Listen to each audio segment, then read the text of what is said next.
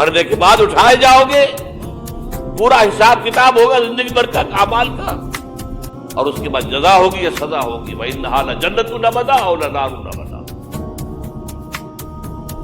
یہ انذار ہے، خبردار کرنا. تو حضور کے بالفعل جو آپ کا مشن ہے اس میں شروع میں انذار غالب ہے. وہ تو اب تک کچھ لوگوں نے تسلیم کیا، کچھ لوگ ایمان لائے، کچھ لوگ قریب آئے، کچھ تربیت میں سے گزر رہے، انہیں بشارت دیتے تھے. تمہارے لیے بشارت ہے، سلام علیکم. یہاں تک کہا گیا ہے نبی یہ جو ہمارے مومن بندے آپ کے پاس آتے ہیں، وَخْفِضْ جَنَاحَكَ لِلْمُؤْمِنِينَ، ذرا اپنے کندھوں کو ان کے سامنے جھکا کر رکھا کیجیے، ان پر شفقت کیجیے، ان سے محبت کے ساتھ پیش آئیے. یہ ہمارا تحفہ ہے آپ کے لیے، ہم نے انہیں چنا ہے آپ کے لیے، یہ آپ کے صحابی بنیں گے. انقلاب کے اندر یہی تو دست و بازو ہوں گے. ٹھیک ہے ان میں غلام بھی ہیں، ان میں غریب بھی ہیں، ان میں مزدور بھی ہیں، لیکن یہی ہیں جو تاریخ کے دھارے کا رخ موڑیں گے. پھر بشارت تک اور آیا ہے بعد میں، شروع میں تو انتظار ہے. یا میرا جی چاہ رہا میں آپ کو حضور کا ایک خطبہ اور سنا دوں انذار ہی کے حوالے سے. جب آیت آئی کہ اب انذر عشیرتک الاقربین، اے نبی اب اپنے قریب کے رشتہ داروں کو خبردار کیجیے.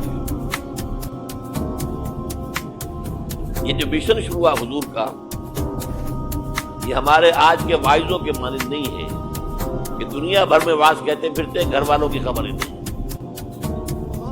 اولاد کدھر جا رہی ہے اس کے بارے میں فکر ہی نہیں.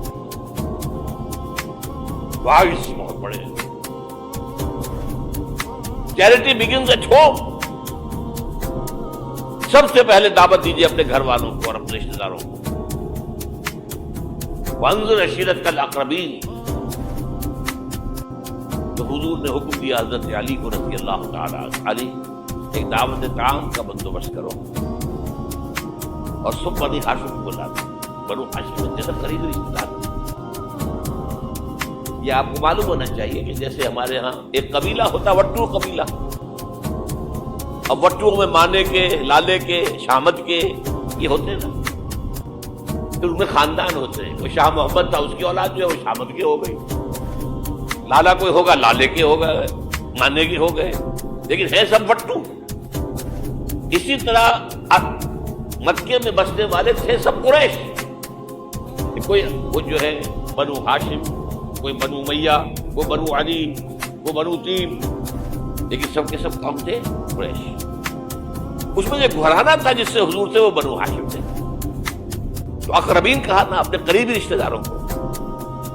کھانا کھلایا، اس کے بعد آپ کھڑے ہوئے. ابو لہب نے تاڑ لیا کہ ابھی ہمارے سامنے اپنی دعوت رکھیں گے.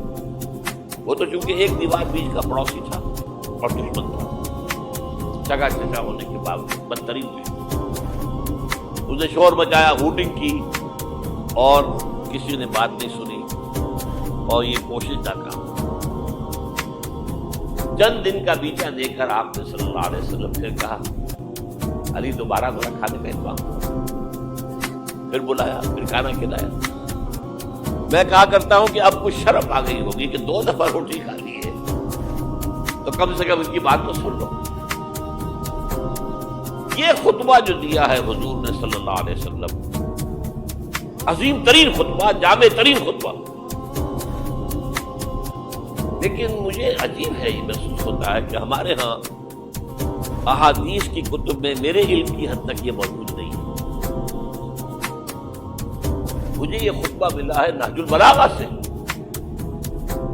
اہل تشیع کی جو اہم ترین کتاب سمجھ لیجیے. حضرت علی کے خطوط، خطبات، حضور کی حضرت علی کے اشعار، بحیثیت خلیفہ جو آپ کے فرامین، یہ سب جمع کیے گئے ہیں نہج البلاغہ.